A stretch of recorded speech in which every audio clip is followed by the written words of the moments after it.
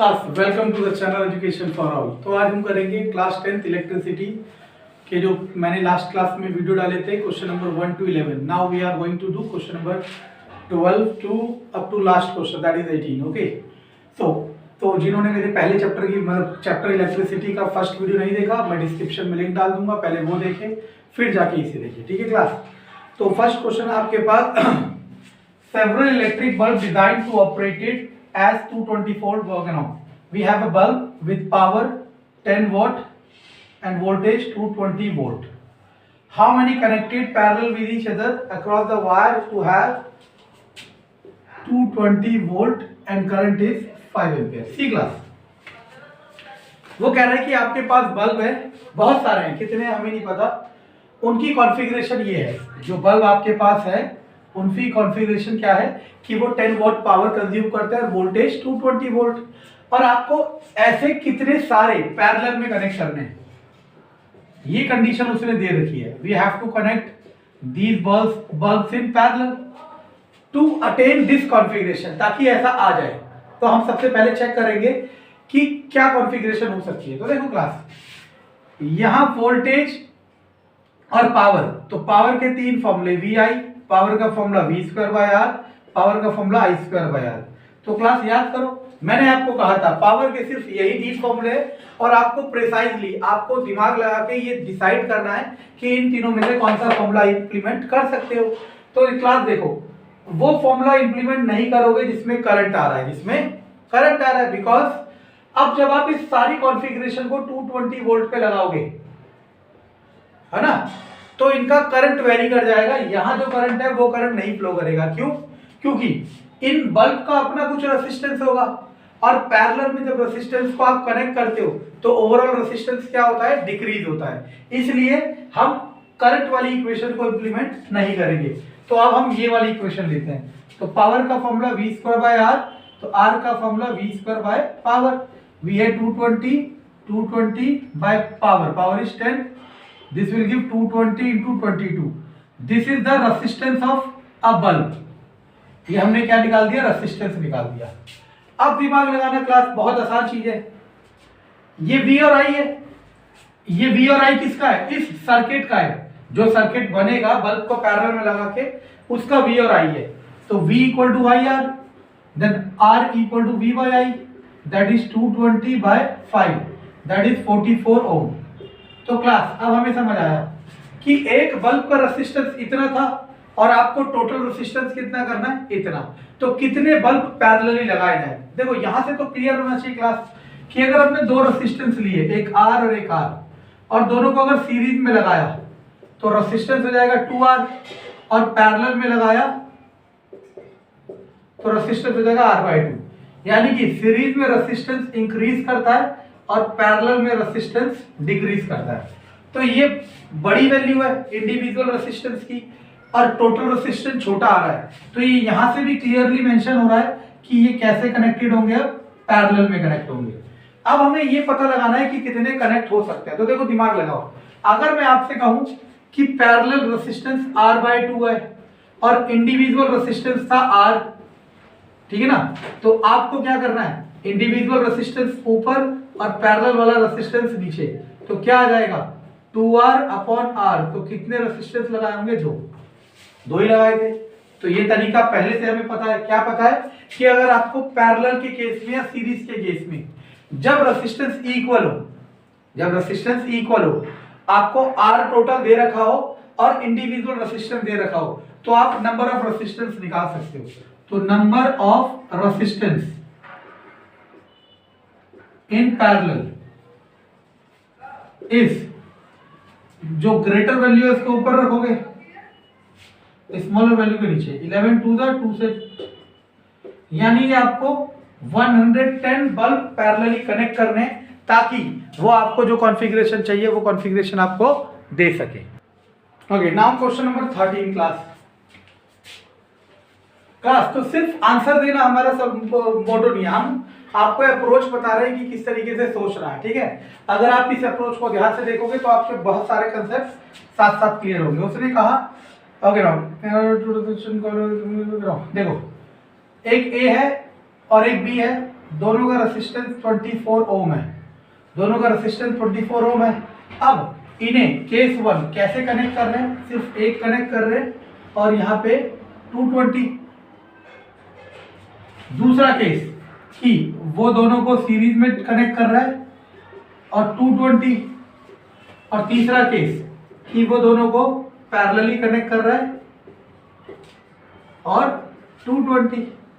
अब तीनों के तीनों केस में आपसे करंट पूछ रहा है। क्या पूछ रहा है क्लास? करंट। तो ये बहुत आसान है, अगर वो आपसे तीनों केस में करंट पूछ रहा है तो देखो कितना आसान है। यहाँ पे I का फॉर्मूला V/R, V है 220, R है 24। तो क्लासेस बच्चों मैं आपको मानता हूँ, मैं समझता हूँ कि ये डिवीजन आप कर सकते हैं, इसलिए मैं इसे यहीं पे छोड़ रहा हूँ, ठीक है ना। तो I का वैल्यू V/R, V है 220 प्लस R, दोनों का सीरीज में कितना होता है, ऐड कर देते हैं 48 ओम, इसे भी डिवाइड करोगे करंट। लास्ट I का फॉर्मूला V/R क्लास, V कितना है 220, R पैरेलल में अगर सेम रेजिस्टेंस हो तो R टोटल उसका आधा हो जाता है, यानी कि 12 ओम। 12 इसको डिवाइड करोगे आपको यहाँ से आंसर मिलेगा। ठीक है क्लास, देखो कितने आसान थे, मुश्किल थोड़ा था कुछ। ओके नाउ नेक्स्ट क्वेश्चन करते हैं क्लास नेक्स्ट क्वेश्चन करते हैं, ठीक है ना। उसने कहा compare to the power used in 2 ohm resistor in each of the following, मतलब 2 ओम का जो रेसिस्टेंस आएगा उसके अक्रॉस जो पावर होगी वो चेक करनी है। तो पहला क्वेश्चन है कि 1 और 2 ये कितने वोल्ट के थ्रू था, 6 वोल्ट के, और एक 12 और 2 ये कितने वोल्ट के है, 4 वोल्ट के। ठीक है, तो अब आपको क्या करना है क्लास, दोनों क्वेश्चन में इस 2 ओम के अक्रॉस पावर कंज्यूम करनी है, पावर बतानी कितना होगा। अब देखना क्लास, मैं इन क्वेश्चनों को मल्टीपल वे से सॉल्व करके दिखाता हूं आपको। पहला तरीका, आप I निकाल लो, I की वैल्यू V/R, V कितना है 6। अब क्लास कई बच्चे क्या करते हैं, R को 2 रख देते हैं, 2 नहीं रखना, R को रखना है 3। क्यों रखना है क्लास 3? क्योंकि ये है टोटल करंट। अगर क्योंकि ये सर्किट में से बैटरी में से निकलने वाले करंट को टोटल करंट कहते हैं, अगर ये टोटल करंट है तो रेजिस्टेंस भी टोटल चाहिए होगा, ठीक है ना। और सीरीज में क्या होता है, ऐड हो जाता है। ठीक, अब मुझे इसके अक्रॉस पावर देखो, ये 2 एम्पियर करंट आ गया, तो यही 2 एम्पियर इसमें भी जाएगा और यही 2 एम्पियर इसमें भी जाएगा। क्यों क्लास? क्योंकि सीरीज में करंट सेम होता है। तो अगर ऐसे आप क्वेश्चनों को करोगे तो आपको कई चीजें वैसे आ जाएगी। क्वेश्चन आपके पेपर में ऐसे आता है कि सीरीज में क्या सेम होता है, then you will write current. तो पावर का फॉर्मूला हमने पढ़ा था VI, पावर का फॉर्मूला I²R, पावर का फॉर्मूला V²/R। तो अब आप कौन सा लगाओगे, ये वाला, क्योंकि I और R आपको पता है। I की जगह 2 एम्पियर का square into R2 that is 8 what. अब क्लास इसी क्वेश्चन को मैं आपको दूसरे तरीके से कराता हूं, जो कि 10th के CBSE के पार्ट में तो नहीं है, लेकिन अगर आप कोई और कंपटीशन एग्जाम में बैठे हैं तो वहां बहुत काम आता है, ठीक है ना। तो अब मान लो कि सीरीज है, दोनों सीरीज में वोल्टेज अलग होती है। तो मान लिया इसके अक्रॉस वोल्टेज V1 और इसके अक्रॉस वोल्टेज V2। तो हम पे अब होता है क्लास, एक होता है वोल्टेज डिवाइड रूल। आप सब में से अगर कोई पॉलिटेक्निक या किसी भी और गवर्नमेंट जॉब के एग्जाम देगा जिसमें ये इलेक्ट्रिकल सेक्शन आपके पास हो, तो वहां इसको इस्तेमाल करा जा सकता है। CBSE में इस वाले तरीके से करा जाएगा। तो इसमें वोल्टेज डिवाइड रूल में V1 का फॉर्मूला होता है मेन वोल्टेज वही वाला resistance upon R1 plus R2। V2 का होता है मेन वोल्टेज वही वाला रेजिस्टेंस R1 प्लस R2। तो देखो क्लास, अब मुझे V2 निकालना है, तो V2 कैसे निकलेगा, मेन वोल्टेज मल्टीप्लाई वही वाला रेजिस्टेंस अपॉन में R1 प्लस R2, 3 2 जा दैट इज 4 वोल्ट। अब मुझे इसके अक्रॉस वोल्टेज पता चल गई 4 वोल्ट और रेजिस्टेंस था 2। तो पावर का फॉर्मूला V²/R था, V है 4, 4 गुना 4 बटे 2 that is 16/2 that is 8 what. सही है क्लास। तो हमने दो तरीके से करा, जो तरीका आपको अच्छा लगे उससे कर सकते हो, लेकिन अगर आप NCERT के CBSE के स्टूडेंट हो then you have to do on the first way. Okay now इसमें आते हैं, ये 4 वोल्ट है और ये दोनों पैरेलल में लगे और यहाँ पे कोई भी रेजिस्टेंस नहीं आ रहा। कोई भी रेजिस्टेंस ना आने का मतलब है क्लास कि यहाँ पे कोई भी वोल्टेज ड्रॉप नहीं हो रहा, मतलब यहाँ पे जरा सा भी वोल्टेज कंजप्शन नहीं होगा। तो ये 4 वोल्ट है, तो इसके अक्रॉस भी 4 वोल्ट और इसके अक्रॉस भी 4 वोल्ट। तो अब आसान है, वोल्टेज है 4 वोल्ट क्लास, रेसिस्टेंस है 2, पावर का formula V square by R, V कितना हो गया 4 गुणा 4, R हो गया 2। तो इत्तिफाक से by coincident then power will be same. ठीक है class, okay okay. Next question class, उसने कहा ही सेड क्वेश्चन नंबर 15 की एक बल्ब है जिसका पावर है 100 वॉट और वोल्टेज है 220 वोल्ट। एक दूसरा बल्ब है जिसका पावर है 60 वॉट 60 और वोल्टेज है 220 वोल्ट। कनेक्टेड इन पैरेलल, मतलब इन दोनों बल्ब को हमने इस तरीके से पैरेलली कनेक्ट कर दिया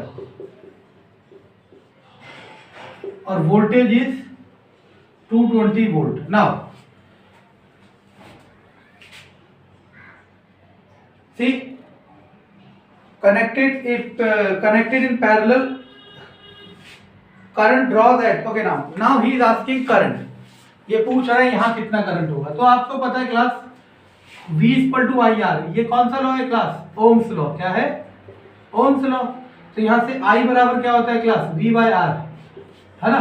तो आपको सबसे पहले जब भी करंट पूछे तो यही फॉर्मूला एक्सट्रैक्ट करना चाहिए। For that we should know the resistance of these two bulb. तो रेसिस्टेंस पता लगाना आसान है, पावर का फॉर्मूला वी आई, पावर का formula V square by R, power का फॉर्मूला आई स्क्वायर आर। तो हम कौन सा लगाएंगे, ये वाला। तो ये वाला लगा के आर निकालो, आर बराबर V square by power, V कितना है 220 बाय पावर 100, तो आ जाएगा 22 इंटू 22 दैट इज 4840 ओम। वैसे यहाँ पे आर बराबर V square by power that is 220 by 60, 311 20 into 11 by 3। आगे अब इन बल्ब को इनके रेसिस्टेंस से रिप्लेस कर दो। तो एक तो आ गया। अब देखो, अगर आप कैलकुलेशन पार्ट ऑफ कैलकुलेशन में स्मूथनेस चाहते हैं तो ये मैथमेटिक्स है। मार्कर आपके हाथ में है, पेन आपके हाथ में, आप जैसे कैलकुलेशन करोगे वैसी होगी। अब मैं इसकी कैलकुलेशन को थोड़ा सा स्मूथ बनाने के लिए वो क्लास क्या करता हूँ, 220 और बाय में 60 से डिवाइड नहीं करता, देखते रहना, क्यों नहीं करता देखना भी। तो इसका रेसिस्टेंस आ गया 220 बाय 100 और नीचे वाले का रेसिस्टेंस आ गया क्लास 220 बाय 60 और वोल्टेज है 220। अब ये किसमें, पैरेलल में कैसे जोड़ते हैं class, 1 by R total equal to 1 by R1 plus 1 by R2।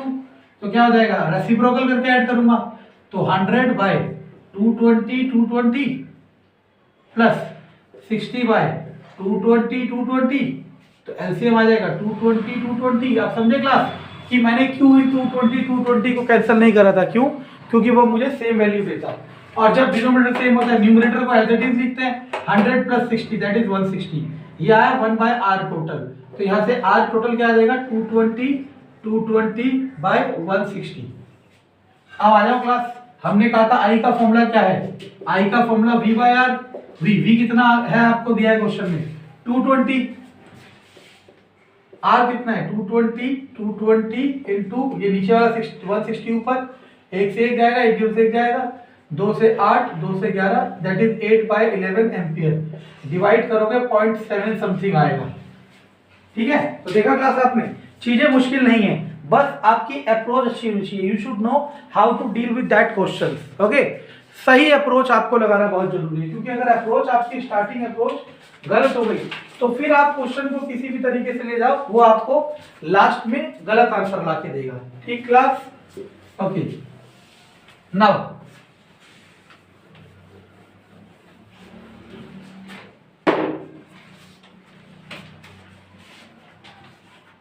Okay class, question number 16 आपके पास है कि एक है ओके कुछ है ओके, एक डिवाइस है जो 250 वॉट है, अच्छा टीवी है, वो 1 घंटा चलता है, और एक डिवाइस है टोस्टर जिसका पावर है 1200 वॉट और वो चलता है 10 मिनट।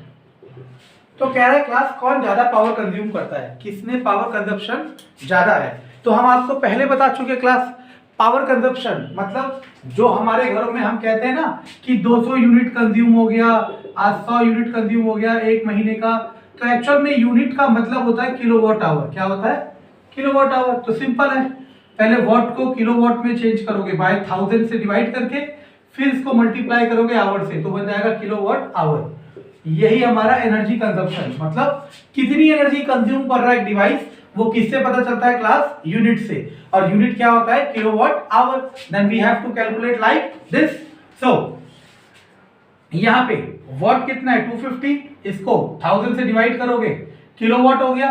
फिर कितने घंटे चलता है? वो चलता है 1 घंटे, गुणा 1, ये आवर, तो कितना हो गया? 0 0 0, तो 2.5 किलोवाट आवर। ये टीवी का एनर्जी कंजप्शन आ गया कि टीवी मेरा इतना यूनिट कंज्यूम करेगा, किसमें? 1 घंटे में। ठीक है ना? नाउ क्लास, अब बारी आती है टोस्टर की। तो 1200 को 1000 से डिवाइड करोगे, किलोवाट हो गया। फिर आवर से, मिनट को आवर में करोगे तो डिवाइड बाय 60, तो 10/60, ये आ गया किलोवाट आवर। नाउ 20 20 10 10, तो अब ये हो गया, अब हो गया 6 2 जा, तो ये आ गया 0.2 किलोवाट आवर। तो बस आपसे ये पूछा गया था कि किसमें एनर्जी कंजप्शन ज्यादा है। तो आप अभी देखो, टीवी 1 घंटे में 2.5 यूनिट कंज्यूम कर रहा है, और टोस्टर आपका 1 घंटे में 0.2 यूनिट कंज्यूम कर रहा है। That means which have more energy consumption, that is TV. तो यहां से एक बात और क्लियर होती है क्लास, कि कम वोल्टेज ज्यादा देर चले और ज्यादा वोल्टेज कम देर चले। ठीक है ना? इसको भी आप एनालाइज कर सकते हो अगर आप पे कैलकुलेशन वाले टूल है। ठीक,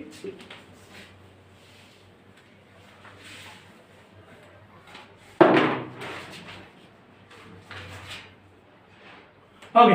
एक इलेक्ट्रिक हीटर है, क्वेश्चन नंबर 17। एक इलेक्ट्रिक हीटर है जिसका रेजिस्टेंस है 8 ओम। ओके, करंट है उसका 15 एम्पियर, टाइम है 2 hour. Calculate the rate of heat, rate of heat. Okay class, तो क्लास अभी आपको लग रहा होगा कि हाथ से लिख रहे हैं, इन पे प्रोजेक्टर नहीं है। तो क्लास जैसे जैसे अगर आप अच्छा रिस्पॉन्स देते हैं और मेरे को इसमें पॉजिटिव रिस्पॉन्स आता है, तो मैं थोड़ा इसे टेक्नोलॉजी से बिल्डअप करूंगा, और आपके लिए भी आसान रहेगा और मेरे लिए भी आसान रहेगा। अभी मुश्किल ये रहता है कि पहले क्वेश्चन लिखो फिर आंसर लिखो, लेकिन हर चीज में समय लगता है। ठीक है क्लास? तो देखो, रेट ऑफ हीट, तो हीट का अपना फॉर्मूला होता है heat equal to I square R T. और याद रखना, जब भी किसी का रेट पूछेगा, that means this term divided by time. जैसे मैंने कहा रेट ऑफ वेलोसिटी सपोज, तो इसका मतलब हो जाएगा वेलोसिटी बाय टाइम। तो हीट का formula I square R T, और टाइम की जगह टाइम से टाइम कट गया, तो क्या बचा? आई स्क्वायर आर। आई कितना है? 15 गुणा 15, आर कितना? 8। 15 8 120, 120 गुणा 15, दैट इज 1800। अब यूनिट देखो कितनी आसान है, हीट की यूनिट होती है जूल, और टाइम की सेकंड। ओहो, टाइम की सेकंड, तो जूल सेकंड हो जाएगा, जूल पर सेकंड। अब क्लास एक चीज देखो, ये आपका क्या आ गया? आंसर आ गया। ठीक है ना? अब क्लास ऐसा हो सकता था कि अगर वो रेट ऑफ हीट की जगह सिर्फ हीट पूछता, तो हीट का formula I square R T, I की जगह 15 गुणा 15, आर की जगह 8 और टी की जगह 2, और आवर को सेकंड में लाना है, मिनट सेकंड। आप इसे सॉल्व करते तो आपको क्या हो जाएगा? आंसर आ जाएगा। ठीक है?